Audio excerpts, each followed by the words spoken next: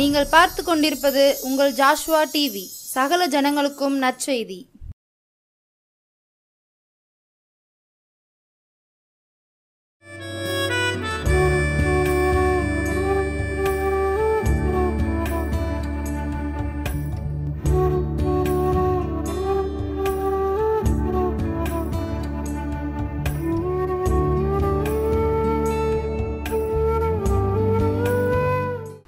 ஆண்டவராய் இயேசு கிறிஸ்துவின் நாமத்தினாலே உங்கள் யாவருக்கும் என் அன்பின் வாழ்த்துக்களையும் நன்றிகளையும் தெரிவிக்கிறேன். ஜோஷுவா டிவி மூலமாய் கர்த்தருடைய வார்த்தையை கேட்டுக்கொண்டிருக்கிற உங்கள் ஒவ்வொருவரையும் கர்த்தர் தாமே அளவில்லாமல் ஆசீர்வதிப்பாராக. ஆண்டுடைய வார்த்தைகள் சத்திய வார்த்தைகள் நம்மை விடுதலையாக்குகிறது, நம்மளை உயிர்ப்பிக்கிறது, நம்மை ரட்சிக்கிறது, நம்மை பரிசுத்தமாக்குகிறது, நம்மளை பிழைக்க வைக்கிறது. ஹல்லேலூயா! அந்த பாக்கியத்தை இன்றும் நமக்கு தேவன் தரும்படியாய் நம்ம ஆண்டுடைய முகத்தை நோக்கி பார்ப்போம். எங்கள் அன்பின் பரலோக பிதாவே, உங்களுடைய பரிசுத்த வார்த்தைகளை கேட்க உங்கள் பாதத்துக்கு நாங்கள் வந்திருக்கிறோம். இயேசப்பா, என்னோடும் எங்களோடும் நீ பேசும், அடியாளை மறைத்து கொள்ளும், நீர் மாத்திரம் வெளிப்படும். இயேசுவின் நாமத்தில் பிதாவே, ஆமென். இந்த நாளிலும் தேவன் நம்மோடு பேசும்படியாய் கடந்த வாரத்தில் ஆண்டவருடைய வார்த்தை நம்ம தியானித்தோம் அல்லவா? சிலுவையினால் உண்டாகும் ஆசீர்வாதங்கள். அதை தொடர்ந்து தான் நாம் இந்த வாரமும் இன்னும் நமக்கு என்ன ஆசீர்வாதங்களை தேவன் வைத்திருக்கிறார் அதை தான் நம்ம பார்க்க போகிறோம். நம்ம தொடர்ந்து ஒருவேளை நம்ம அதை அனுபவித்து கொண்டு தான் இருப்போம். சிலர் நீங்கள் அனுபவிக்காமல் இருந்திருக்கலாம். ஆனால் அனுபவித்தாலும் இதை குறித்த ஒரு அறிவு நமக்கு இல்லாமல் இருக்கலாம். அப்போ அதை அறிந்து கொண்டு நம்ம அதை அனுபவிக்கும் போது இன்னும் நம்ம தேவனை அதிகமாக மகிமைப்படுத்துவோம். இன்னும் ஆண்டவர் அதிகமாக நம்ம கிட்டி சேர அது நல்லா இருக்கும் இல்லையா? அவரை நெருங்கி வாழ நமக்கு அது ஆசீர்வாதமாக இருக்கும். அதனால தான் தேவன் இந்த வார்த்தைகளை நம்மோடு பேசுகிறார். எபிரேயரின் புஸ்தகம் 4ஆம் அதிகாரம் 15ஆம் வசனத்தை வாசிக்கிறேன். நம்முடைய பலவீனங்களை குறித்து பரிதவிக்கக்கூடாத பிரதான ஆசாரியர் நமக்கிராமல் எல்லா விதத்திலும் நம்மை போல சோதிக்கப்பட்டும் பாவம் இல்லாதவராய் இருக்கிற பிரதான ஆசாரியரே நமக்கு இருக்கிறார். ஆதலால் நாம் இரக்கத்தை பெறவும் ஏற்ற சமயத்தில் சகாயம் செய்யும் கிருபையை அடையவும் தைரியமாய் கிருபாசன தண்டையில் சேர கடவோம். ஹல்லேலூயா! தைரியமாய் கிருபாசன தண்டையிலே சேர கடவோம். கிருபாசனம் நம்முடைய ஆண்டவராகிய தேவன் அமர்ந்திருக்கிற தன்னை வெளிப்படுத்துகிற அந்த கிருபாசனத்தண்டை நாம் தைரியமாய் சேர கடவோம் அப்படின்னு சொல்லியிருக்கிறார். அப்போ இயேசு கிறிஸ்துவின் இரத்தத்தினால நமக்கு ஆண்டவர் சிலுவையில் நமக்காய் அவருடைய இரத்தத்தை சிந்தினதுனாலே, பாடுகளை அனுபவித்ததுனாலே, மரித்து உயிரோடு அவர் எழும்பினதுனாலே நமக்கு கிடைச்ச ஒரு பெரிய சிலாக்கியம் என்ன தெரியுமா? பிதாவாகிய தேவனிடத்தில் தைரியமாய் சேரக்கூடிய ஒரு பெரிய பாக்கியத்தை ஆண்டவர் நமக்கு தந்தார். ஹல்லேலூயா! இயேசு இந்த உலகத்துக்கு வர்றதுக்கு முன்னால் இஸ்ரவேல் ஜனங்கள் தான் கர்த்தருடைய ஜனங்களாக இருந்தாங்க. அவங்களுக்கென்று ஆலயம் கட்டி முதல்ல அவங்க கூடாரத்தில் கர்த்தரை சேவிச்சாங்க.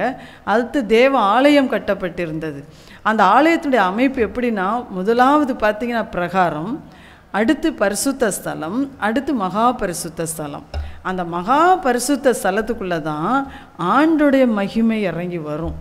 அங்கே தான் தேவனுடைய உடன்படிக்கை பெட்டி, அவருடைய பிரமாணத்தின் கற்பலைகள் நிறைந்த அந்த கற்பலைகள் வைக்கப்பட்ட அந்த உடன்படிக்கை பெட்டி, அந்த பெட்டிக்கு மேலே கிருபையின் ஆசனம். அந்த கிருபையின் ஆசனம் கேருபீன்களாகிய செட்டைகளால் மூடப்பட்டே இருந்தது. அப்போ வருஷம் ஒருக்க ஜனங்களெல்லாம் பிரகாரத்துக்குள்ளே தான் போவாங்க. வருஷம் ஒருக்க பிரதான ஆசாரியன் ஜனங்களுடைய பாவங்களுக்காக இரத்த பலிகளை செலுத்தி அந்த இரத்தத்தை சுமந்து கொண்டு மகா பரிசுத்த ஸ்தலத்துக்குள்ளே போய் தேவனுடைய கிருபாசனத்துக்கு முன்பாக அவர் ஜனங்களுக்காக வேண்டிக் கொள்ளுவார். அப்போ ஜனங்களுடைய பாவங்கள் எல்லாம் மன்னிக்கப்படுகிறது. இதுதான் அந்த நாளின் முறைமை. அப்போ கிருபாசன தண்டை, தேவனுடைய பிரசனம் இறங்குகிற மகிமை இறங்குகிற அந்த கிருபாசன தண்டை யாரும் போக முடியாது. பிரதான ஆசாரியன் ஒருவர் தான் போக முடியும். அந்த பிரதான ஆசாரியனுமே தன்னை அதற்காக மிகவும் பரிசுத்தப்படுத்தி நிற்க வேண்டும். அப்போது மாத்திரம்தான் அந்த இதுக்குள்ளே போக முடியும். அன்னைக்கு அந்த பலி என்பது இரத்த பலி என்று ஆடு மாடு இவைகளின் இரத்தம் சிந்தப்பட்டது. காட்டு புறாக்கள் அவைகளின் இரத்தங்கள் தான் சிந்தப்பட்டது. அப்போ பழைய ஏற்பாட்டு காலம் அப்படித்தான். ஆனால் இயேசு அப்போ அந்த இரத்தம் சிந்தப்பட்டாலும் மறுபடியும் அவங்க என்ன செஞ்சுக்கிட்டே இருக்கணும்? ரத்தத்தை ஒவ்வொரு தடவையும் பாவம் செய்யும் போதெல்லாம் அந்த ரத்தத்தை சிந்தி தான் அவங்க ஆண்டவர்கிட்ட இருந்து மீட்பையும் இரக்கத்தையும் பெற்றுக்கொள்ளணும். ஆனால் இயேசு நமக்காக இரத்தம் சிந்தி அவர் மரித்து உயிரோடு எழுந்த பின்பு 14 வசனத்தில் வானங்களின் வழியாய் பரலோகத்துக்கு போன தேவகுமாரனாகிய இயேசு என்னும் மகா பிரதான ஆசாரியர் நமக்கு இருக்கிறபடியால் தன்னுடைய இரத்தத்தை, பரிசுத்த இரத்தத்தை, பாவமில்லாத தன்னுடைய இரத்தத்தை இயேசு நமக்காக சிந்தி நம்ம அனுபவிக்க வேண்டிய எல்லா தண்டனையும் அவர் அனுபவித்து நாம் நரகத்தில் துடிச்சிடக்கூடாது போய் அப்படின்பதற்காக அவர் சிலுவையின் மரணத்தில் துடித்து தன்னுடைய ரத்தம் முழுவதையும் ஊற்றி அடுத்து பார்த்திங்கன்னா உயிரோடு எழுந்து பிதாவாகிய தேவன் வாசம் பண்ணுகிற அந்த பரலோக ராஜ்யத்துக்குள்ளே அவர் பிரதான ஆசாரியராய் பிரவேசித்தார். ஹல்லேலூயா. இன்றைக்கும் உங்களுக்காகவும் எனக்காகவும் அவர் பரிந்து பேசுகிற பிரதான ஆசாரியாக இருக்கிறார். அதை தான் இங்கே வசனம் சொல்லுது. நம்முடைய பலவீனங்களை குறித்து பரிதபிக்கக்கூடாத ஒரு பிரதான ஆசாரியர் நமக்கு இல்லை. அவர் நம்முடைய பலவீனங்களை பார்த்து நமக்காக பரிதாபப்படுகிற, நமக்காக பரிதபிக்கிற பிரதான ஆசாரியர்.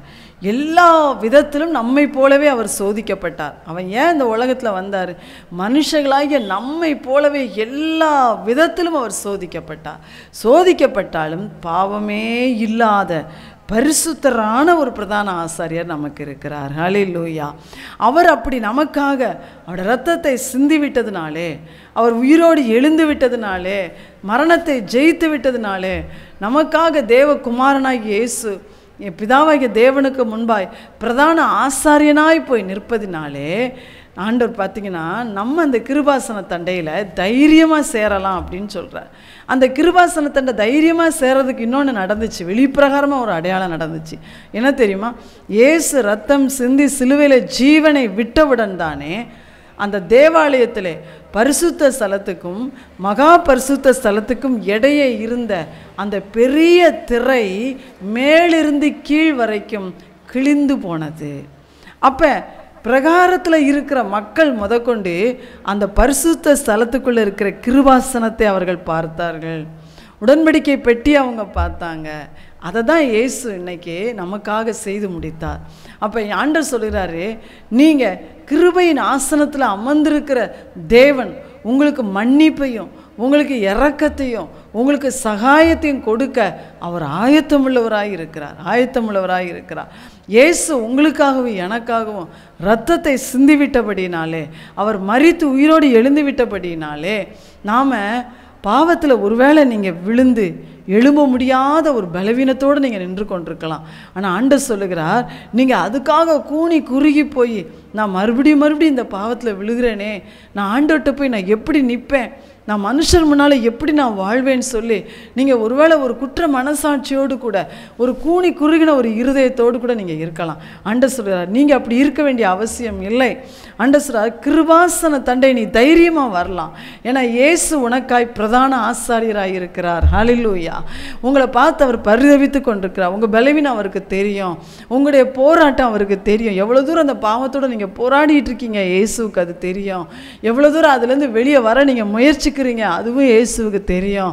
ஆனாலும் நீ மறுபடியும் ஐயோ நான் அந்த விபச்சாரத்தில் விழுந்துட்டேனே, நான் எப்படியெல்லாம் ஆண்டவரோடு நான் ஒரு நாளில் வாழ்ந்தேனே, ஆனால் இன்றைக்கி நான் அந்த தவறை நான் செஞ்சுட்டேனே, அந்த ரங்கத்தில் அந்த பாவம் எனக்குள்ளே காணப்பட்டு விட்டதேன்னு சொல்லி நீங்கள் மறைஞ்சு ஒழிஞ்சு நீங்கள் வாழ்ந்துட்டுருக்கீங்களா? ஆண்டவர் சொல்லுகிறார், இல்லை, நீ அப்படி வாழ வேண்டிய அவசியம் இல்லை. உனக்காக நான் அன்றைக்கு நான் என் இரத்தத்தை சிந்தி நீங்களும் நானும் தைரியமாய் அவருடைய கிருபாசன தண்டை போய் ஆண்டவரே எனக்கு இறங்கும், எனக்கு உதவி செய்யும், எனக்கு ஒத்தாசை செய்யும், என் பாவங்களை மன்னியும் என்று கேட்கக்கூடிய ஒரு சகாயத்தை, கேட்கக்கூடிய ஒரு கிருபையை தேவன் நமக்கு ஏற்படுத்தி வைத்திருக்கிறார். ஹல்லேலூயா. அதனால தான் அவர் மகா பிரதான ஆசாரியராக இருக்கிறார். நம்மை போலவே அவர் சோதிக்கப்பட்டார், பாவமே இல்லாதவராக இருக்கிறார். நமக்காக அவர் இன்றைக்கும் பரிந்து பேசி கொண்டிருக்கிறார். இவன் என் பிள்ளை ஆனால் பாவத்தோடு போராடி கொண்டிருக்கிறான், பிதாவே அவனுக்கு மன்னியும், அவனை பரிசுத்தமாக்கும், இந்த பாவத்திலிருந்து அவனுக்கு விடுதலை பெற கிருபை தாருன்னு சொல்லி நமக்காக அவர் பரிந்து பேசுகிறார். அதனால் கர்த்தர் சொல்கிறார், ஏற்ற சமயத்தில் உங்களுக்கு சகாயம் செய்ய, உங்களுக்கு இரக்கம் செய்ய, உங்களுக்கு கிருபை செய்ய ஆண்டவர் கிருபாசன தண்டையில் நமக்காக அவர் அமர்ந்திருக்கிறார். அந்த கிருபாசன தண்டை இயேசு உங்களுக்காக ரத்தம் செஞ்சுட்டனால நீங்கள் தைரியமாக வாங்க. குற்ற மனசாட்சியோடு அல்லாவிட்டால் விழுந்து போன நிலைமையிலேயே நான் எத்தனையோ முறை முயற்சி பண்ணிட்டேன், நான் விழுந்துட்டேன், இனிமேல் அவ்வளோதான், என் வாழ்க்கையில் ஜெயமேன்மை கிடையாதுன்னு சொல்லி அப்படியே நீங்கள் ஆண்டரை விட்டு பின்வாங்கி போய்கிட்டே இருக்கீங்களா? இல்லை, இயேசு உங்களுக்காகத்தான் காத்திருக்கிறார். சிலுவையில் சிந்தின அவர் ரத்தத்தினால அவர் ஒரு ஆத்மா கூட அவர் இழக்க அவர் விரும்பலை. ஒவ்வொருவரையும் அவர் மீட்டுக்கொள்ள விரும்புகிறார். ஹல்லேலூயா. அண்டர்ஸ்டா. இன்னும் உங்களுக்கு வர்ற சோதனைகள், உங்களுக்கு வருகிற வேதனைகள் இதெல்லாம் பார்த்து நான் என்ன செய்ய, எனக்கு இனிமேல் என்ன வாழ்க்கை அப்படின்னு நீங்கள் ஒதுங்குறீங்களா? அப்படின்னு சொல்லி இயேசுவை விட்டு கூட நீங்கள் ஒதுங்குறீங்களா? இல்லை, ஆண்டர்ஸ்டா, நீ தைரியமாய் என் அண்டை வா. தைரியமாய் வந்து உன்னுடைய உதவிக்காக, உன்னுடைய இரக்கத்துக்காக, உன்னுடைய கிருபைக்காக, உன்னுடைய வாழ்க்கையின் ஆசீர்வாதத்துக்காக நீ தைரியமா என்கிட்ட வந்து நீ மன்றாடலாம். தைரியமா தேவனிடத்துல நீங்க கேட்கலாம். கேட்கும் போது ஆண்டவர் கட்டாயம் நமக்கு உதவி செய்வார். ஹல்லேலூயா. அப்ப நமக்காக பரிந்து பேச, அதாவது பரிதபிக்க கூடாத ஒரு பிரதான ஆசாரியர் இல்லை. கிருபாசனத்தை நமக்காக தைரியமாய் சேரக்கூடிய ஒரு காரியத்தை இயேசு நமக்காக ஏற்படுத்தி வைத்திருக்கிறார். நாம் பாவத்தோடு வாழ வேண்டிய அவசியம் இல்லை, பின்மாற்றத்திலேயே கிடக்க வேண்டிய அவசியமும் இல்லை. ஒருவேளை எத்தனையோ முறை நான் தோல்வி அடைஞ்சிட்டேன் அப்படின்னு நீங்கள் குற்ற மனசாட்சியோடு நீங்கள் இருக்க வேண்டிய அவசியம் இல்லை. துணிகரமாகத்தான் நாம் செயல்படக்கூடாது. தேவன் அதை வெறுக்கிறார். அப்போ ஆண்டவர்கிட்ட வந்து இன்னைக்கு கிருபையை கேளுங்க, அவருடைய கிருபாசன தண்டை வாங்க. சிலுவையின் மூலமாக அந்த ஆசீர்வாதத்தை நமக்கு வச்சிருக்கிறார், அந்த இரக்கத்தை நமக்கு வச்சிருக்கிறார். தைரியமாக எழுந்து வந்து ஆண்டவர் கொடுக்கிற கிருபையை பெற்றுக்கொள்ளுங்க, இரக்கத்தை பெற்றுக்கொள்ளுங்க, ரட்சிப்பை பெற்றுக்கொள்ளுங்க. ஆண்டவரே, மீண்டும் நான் பாவத்தில் விழாதபடி துணிகரமான பாவத்துக்கு என்னை காத்துக்கொள்ளும், விலைக்கு காத்துக்கொள்ளும், மறைவான குற்றங்களுக்கு என்னை நீங்களாக்கும் அப்படின்னு ஜெபம் பண்ணுங்க. ஆண்டவர் அந்த கிருபையும் சேர்த்து உங்களுக்கு தருவார். ஹல்லேலூயா. அடுத்து பார்த்தீங்கன்னா, இயேசு சிலுவையிலே சிந்தின இரத்தத்தினாலே அவர் நமக்கு வைத்திருக்கிற ஆசீர்வாதம். எபிரேயரின் புத்தகம் 9ஆம் அதிகாரம் 12வது வசனம். இயேசு வெள்ளாட்டுக்கடா, இளங்காளை இவைகளுடைய இரத்தத்தினால் அல்ல, தன்னுடைய சொந்த இரத்தத்தினாலும் ஒரே தரம் மகா பரிசுத்த ஸ்தலத்திலே பிரவேசித்து நித்திய மீட்பை நமக்காய் அவர் உண்டு பண்ணியிருக்கிறார்.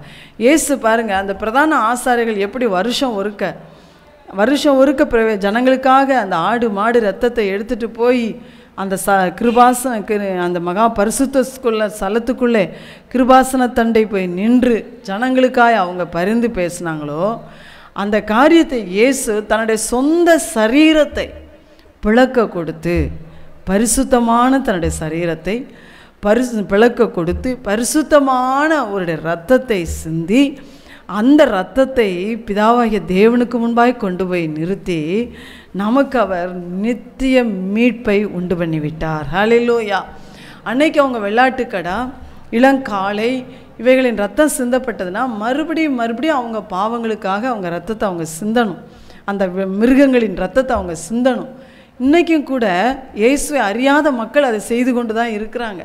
தங்களுடைய பாவ புண்ணியங்களுக்காக கடா வெட்டுறது, ஆடு பலிகளை செலுத்துறது, மாட்டை பலி கொடுக்குறது, கோழி பலி கொடுக்குறதுலாம் கொடுக்குறாங்க. ஆனால் இயேசு அந்த நமக்காக அப்படிப்பட்ட பலிகள் இனி உனக்கு தேவையில்லை, உனக்காக நான் என்னையே பலியாய் கொடுக்கிறேன் என்று சொல்லி தன்னுடைய சொந்த இரத்தத்தை நமக்காய் சிந்தி நித்திய மீட்பை உண்டு பண்ணிவிட்டார். இனி அவர் மறுபடியும் நமக்காக ரத்தம் சிந்த வேண்டிய அவசியமும் இல்லை. இனி ஒருவர் நம்முடைய பாவங்களுக்காக ரத்தம் சிந்த வேண்டிய அவசியமும் இல்லை. நித்தியமாய் இயேசு தன்னுடைய இரத்தத்தை மனிதர்களாகிய நம்முடைய மீட்பிற்காக அவர் சிந்திவிட்டார். ஹல்லேலூயா. அப்போ மனிதர்களாகிய நமக்கு நித்தியமாய் என்றென்றைக்கு மீட்பு உண்டு. எத்தனை வருஷம் ஆனாலும் நீங்கள் ஆண்டவர்கிட்ட வந்தீங்கன்னா அவர் உங்களுக்கு மீட்பை தருவார். உங்களுடைய ஒருவேளை நிறைய பேர் ஆண்டவர் கொடுத்த சந்தர்ப்பத்தெல்லாம் விட்டுட்டு கடைசி நேரத்தில் கூட வந்து நிற்கிறாங்க. ஆனாலும் கிருபையாய் இறங்கி அவர் மீட்பை கொடுக்கிறார். ஏன் தெரியுமா? அவருடைய இரத்தத்தை நித்திய மீட்புக்காக அவர் சிந்திவிட்டார். அதனால் அவர் அண்டை ஓடி வருகிற ஒருவரையும் அவர் புறக்கணித்து தள்ள மாட்டார். அவங்க எப்படிப்பட்ட பாவிகளாக இருந்தாலும் அவங்க பாவங்களை மன்னித்து அந்த நித்திய மீட்பை நமக்கு அவர் உண்டு பண்ணிவிட்டார். ஹல்லேலூயா. அப்போ அந்த மீட்பை இன்றைக்கி நீங்கள் பெற்றிருக்கிறீங்களா? யோசித்து பாருங்கள். அந்த மீட்பை பெற்ற நான் ஒரு தடவை ரட்சிப்பை பெற்றுட்டேன், அதனால் நான் கட்டாயம் பரலோகத்துக்குள்ளே போயிடுவேன் அப்படின்னு நம்ம நினைக்க முடியாது. அந்த நித்திய மீட்பை பரலோக ராஜ்யம் வரைக்கும் நம்ம போய் அவருடைய ரட்சிப்பில் உறுதியாய் நிலைத்திருந்து, விசுவாசத்தில் நிலைத்திருந்து, அவருடைய கற்பனைகளின்படி நம்ம நடந்து அந்த ரட்சிப்பை நம்ம காத்துக்கொள்ளணும். அவர் கொடுக்குற அந்த ரட்சிப்பை, அந்த மீட்பை, இலவசமாய் கொடுக்குற அந்த மீட்பை நம்ம காத்துக்கொண்டு இருப்போம் என்றால், அதே அதிகாரத்தில் வசனம் சொல்லுகிறது, 28ஆம் வசனம், கிறிஸ்துவும் 27 அன்றியும் ஒரே தரம் மரிப்பதும் பின்பு நியாய தீர்ப்பு அடைவதும் மனுஷருக்கு நியமிக்கப்பட்டிருக்கிறபடியே கிறிஸ்துவும் அநேகருடைய பாவங்களை சுமந்து தீர்க்கும்படிக்கு ஒரே தரம் பலியிடப்பட்டார். தமக்காக காத்து கொண்டிருக்கிறவர்களுக்கு ரட்சிப்பை அருளும்படி 2ஆம் தரம் பாவமில்லாமல் தரிசனமாவார். ஆண்டவர் சொல்கிறார், உனக்காக நான் நித்திய மீட்பை ஏற்படுத்திட்டேன், ஆனால் அந்த மீட்புக்காக நீ காத்திருக்கணும். நீங்களும் நானும் பரிசுத்தமாக வாழணும். எத்தனை போராட்டங்கள் வந்தாலும், எத்தனை பிரச்சனைகள் வந்தாலும் இயேசுவை விட்டு நம்ம பின்வாங்கி போயிடக்கூடாது. ஒருவேளை சில சூழ்நிலையில் அப்படி ஆயிட்டா கூட மறுபடியும் எழுந்து அவர்கிட்ட வந்துடணும். விசுவாசத்தில் உறுதியாய் பற்றி கொள்ளணும். இயேசுவை விட்டு வேறு காரியத்துக்குள்ளே நம்ம போயிடவே கூடாது. அந்த ரட்சிப்பை, அதுதான் ஆண்டு சொல்ல, முடிவு பரிந்த நிலைத்திருப்பவனே ரட்சிக்கப்படுவான். கடைசி நாட்களில் இருக்கிறோம். இந்த சோதனை நமக்கு வரும், ஆனால் இந்த சோதனை நம்ம ஜெயிக்கணும். முடிவு பரிந்தும் நிலைத்து நின்று அவர் வருகைக்காய் காத்திருக்கணும். அவர் வருகைக்காய் காத்திருக்கிறவர்களுக்கு இயேசு என்ன செய்வாராம்? ரட்சிப்பை கொடுக்கும்படியாய் அவர் நித்திய மீட்பாய் சம்பாதித்து வைத்தார் அல்லவா, அந்த நித்திய ஜீவன், அந்த நித்திய ஜீவனை கொடுக்கும்படியாய், என்றென்றைக்கு அவரோடு கூட வாழ்கிற அந்த நித்திய மீட்பை கொடுக்கும்படியாய் 2ஆம் தரம் இயேசு பாவமில்லாமல் தரிசனமாக போகிறார். ஹல்லேலூயா! அதுதான் இயேசுவின் வருகை. 2ஆம் தரம் இயேசு வரப்போகிறார். மத்திய ஆகாயத்தில் அவருடைய சபையாகி நம்ம எடுத்துக்கொள்ள வரப்போகிறார். அதுக்கு பின்பு அவர் பகிரங்கமாய் வரப்போகிற அந்த சம்பவமும் நடக்கப் போகிறது. அருமையான கர்த்தருடைய பிள்ளைகளே, அந்த ரட்சிப்புக்காக நீங்கள் காத்திருக்கிறீங்களா? இயேசு கொடுக்குற அந்த மீட்பை இன்றைக்கி நீங்கள் அனுபவிக்கிறீங்களா? அதில் உறுதியாக நீங்கள் நிலச்சி நின்றுட்டுருக்கிறீங்களா? அல்லாட்டா பாடுகளை கண்டு சோர்ந்து போய் ஜெபத்தெல்லாம் விட்டுட்டேன், ஆலயத்துக்கு போகிறத விட்டுட்டேன், வேதத்தையும் நான் வாசிக்கிறதில்ல, இப்போ இயேசுவை கூட நான் சொல்கிறதில்லைன்னு சொல்கிறீங்களா? இல்லை, நம்ம நிலைமை ரொம்ப பரிதாபம். அந்த நிலைமைக்குள்ள நம்ம போயிடக்கூடாது. இயேசு சொல்லுகிறார், இயேசு மறுபடியும் வரப்போகிறார். யாரெல்லாம் காத்திருக்கிறாங்களோ, அவர் கொடுத்த ரட்சிப்பை காத்து கொண்டார்களோ, உறுதியாய் ஆண்டவருக்காய் நிலைத்து நிற்கிறாங்களோ, அவர் உண்டு பண்ண அந்த மீட்பை பெற்றுக்கொள்ளும்படியாய் அவர்களுக்கு கொடுக்கத்தக்கதாய் 2ஆம் தரம் இயேசு வரப்போகிறார். ஹல்லேலூயா! அதற்கு நம்ம ஆயத்தத்தோடு நிற்கணும். அடுத்து லூக்கா 12ஆம் அதிகாரம் 49ஆம் வசனம் 50ஆம் வசனத்தில் ஆண்டவர் சொல்லுகிறார், நம்ம அடிக்கடி தியானித்த வசனம், பூமியின் மேல் அக்னியை போட வந்தேன், அது இப்பொழுதே பற்றி எரிய வேண்டும் என்று விரும்புகிறேன், ஆகிலும் நான் முழுக வேண்டிய ஒரு ஸ்நானம் உண்டு, அது முடியும் அளவும் எவ்வளவோ நெருக்கப்படுகிறேன். ஹல்லேலூயா! இயேசு 2ஆம் தரம் வரும்போது அவருடைய இந்த உலகத்தை ஆளுகிற ராஜாவாய் வருவார். அவர் பூமியில் 1000 வருடம் அரசாட்சி செய்வார். அதுக்கு பின்பு தான் எல்லாருக்கும் அவர் நியாய தீர்ப்பை கொடுக்க போகிறார். அப்போ அவர் பூமியிலே அவருடைய ஆட்சி இருந்தால் எப்படி இருக்கும்னு சொல்லி நம்ம கண்ணார பார்க்க போகிறோம்.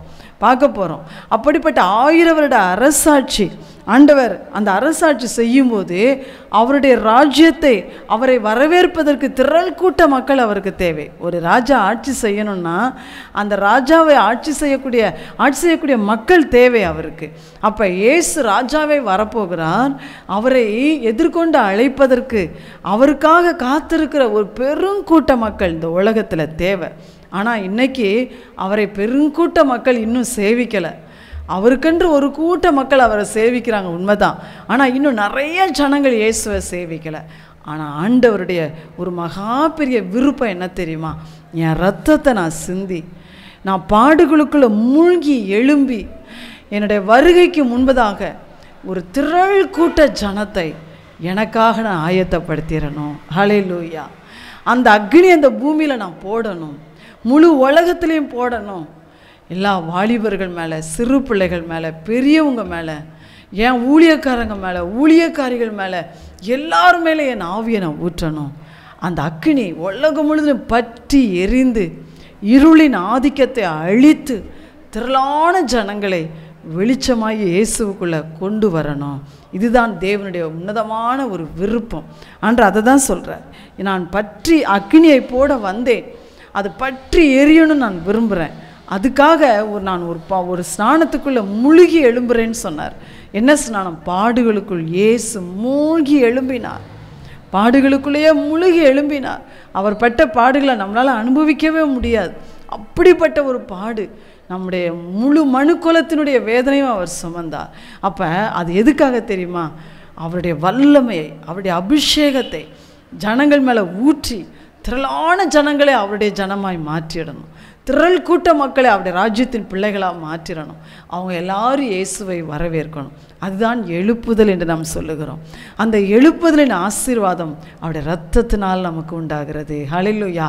ஆதி திருச்சபையில் இயேசு ரத்தம் சிந்தி எழும்பின உடனே தான் திரளான அப்போஸ்தலர்கள் எழும்பினாங்க, மேய்ப்பர்கள் எழும்பினாங்க, சுவிசேஷர்கள் எழும்பினாங்க, போதகர்கள் எழும்பினாங்க. அதில் ஒரு அப்போஸ்தலன் தான் நம்ம தேசத்துக்கும் வந்தார், பரிசுத்த தோமா. நிறைய மிஷனரிகள் எழும்பினாங்க, இரத்த சாட்சிகள் எழும்பினாங்க. அதனால் தேவனுடைய ராஜ்யம் உலகம் முழுவதிலும் பரவிச்சு, திரள் கூட்ட மக்கள் ரட்சிக்கப்பட்டாங்க. இப்போ அவர் 2வது வருகை நெருங்கி கொண்டிருக்கிறது. சீக்கிரம் இயேசு வரப்போகிறார். அதற்கு முன்பாக ஒரு மாபெரும் திரள் கூட்டம் இயேசுவை சேவிக்கிற ஜனமாய் எழும்ப போகிறாங்க. அதுக்காகத்தான் அன்னைக்கே ஆண்டவர் ரத்தத்தை சிந்தி வைத்தார். மீண்டும் அவருடைய அக்கினி அவர் பலமாய் போட போகிறார். போட ஆரம்பித்து விட்டார். இனி அது பற்றி எரிய போகிறது. முழு உலகத்திலும், நம்முடைய இந்திய தேசத்தில், நம்முடைய தமிழ்நாட்டில், நம்முடைய குடும்பங்களில், நம்முடைய வாழ்க்கையில் இயேசு அதை ஊற்றி திரளான ஜனங்களை அவருடைய ராஜ்யத்துக்காக ஆயத்தப்படுத்த ஆண்டவர் விரும்புகிறார். அவருடைய விருப்பம் நிறைவேற நம்ம ஜெபிக்கணும். அதை நாமளே விசுவாசிக்கணும். அந்த எழுப்புதலில் என்னையும் பங்குள்ளவளாய் மாற்றும் என்று சொல்லி நம்ம ஜெபிக்கணும். இந்த ஆசீர்வாதத்தை நம்ம சுதந்திரத்துக்கொள்ள அவனுடைய கரத்தில் நம்ம ஒப்பு கொடுப்போமா? எங்கள் அன்பின் பரலோக பிதாவே, சிலுவையில் எங்களுக்காக நீங்கள் சிந்தின இரத்தத்தினால் உண்டாகிற ஆசீர்வாதங்களை குறித்த இந்த சத்திய வார்த்தைகளை எங்களுக்கு நீங்கள் வெளிப்படுத்தினதுக்காக ஸ்தோத்திரம்ப்பா. உங்கள் இரத்தத்தினாலே நாங்கள் கிருபாசனத்தண்டை ஆண்டவரே எப்படிப்பட்ட சூழ்நிலையிலும் தைரியமாய் வரக்கூடிய ஒரு பெரிய பாக்கியத்தை ஏற்படுத்தி வைத்திருக்கிறீரே. பாவத்தில் விழுந்து போய் ஒளிந்து மறைந்து கூனி குறுகி போய் வாழ்ந்து கொண்டிருக்கிற யாராக இருந்தாலும் அவர்களை உடைய கிருபாசனத்தண்டை வர வைத்து நீ கொடுக்கிற இரக்கத்தையும் கிருபையை ரட்சிப்பை நீ கட்டளையிடுவீரா. உங்களுடைய ரத்தத்தினாலே எங்களுக்கு ஒரு நித்திய மீட்பை கொடுத்துருக்குறீங்கப்பா. அந்த மீட்பை நாங்கள் ஒவ்வொருவரும் பெற்றுக்கொள்ளணும். 2ஆம் தரம் வரப்போகிற இயேசுவின் வருகைக்காய் நாங்கள் காத்திருந்த அந்த மீட்பை பெற்றுக்கொள்ள உடைய வசனத்தை கேட்கிற எல்லாருக்கும் அந்த பாக்கியத்தை தாரும். நீ வைத்திருக்கிற இன்றைய மகாபெரிய ஆசீர்வாதமாகி அந்த கடைசி கால எழுப்புதல், அந்த அக்னியை அப்பா உடைய வார்த்தையை கேட்குறவங்க எல்லார் மேலும் போடுவீராங்க. நாங்கள் இருக்கிற கிராமங்களில், எங்கள் குடும்பங்களில், எங்கள் சபைகளில் அந்த ஆண்டவர் எங்களுடைய தேசத்தில் அந்த அக்னி போடப்படட்டும் ஏசப்பா. அது முழு உலகத்திலும் போடப்பட்டு அந்த அக்னி பற்றி எரியட்டும். உம்முடைய ராஜ்யத்துக்காக திரள் கூட்ட மக்கள் எழும்பட்டும். திரள் கூட்ட மக்கள் உம்முடைய பிள்ளைகளாய் மாறி உண்மை அவர்கள் வரவேற்கட்டும். அந்த மாபெரும் எழுப்புதலின் ஆசீர்வாதம் எங்கள் தேசத்திலிருந்து புறப்படும்படி நாங்கள் ஜெபிக்கிறோம் ஐயா. நீர் அப்படி செய்வதற்காய் நன்றி. இயேசுவின் நாமத்தில் கேட்கிறோம் ஜீவனுள்ள தகப்பனே. ஆமென். ஆமென்.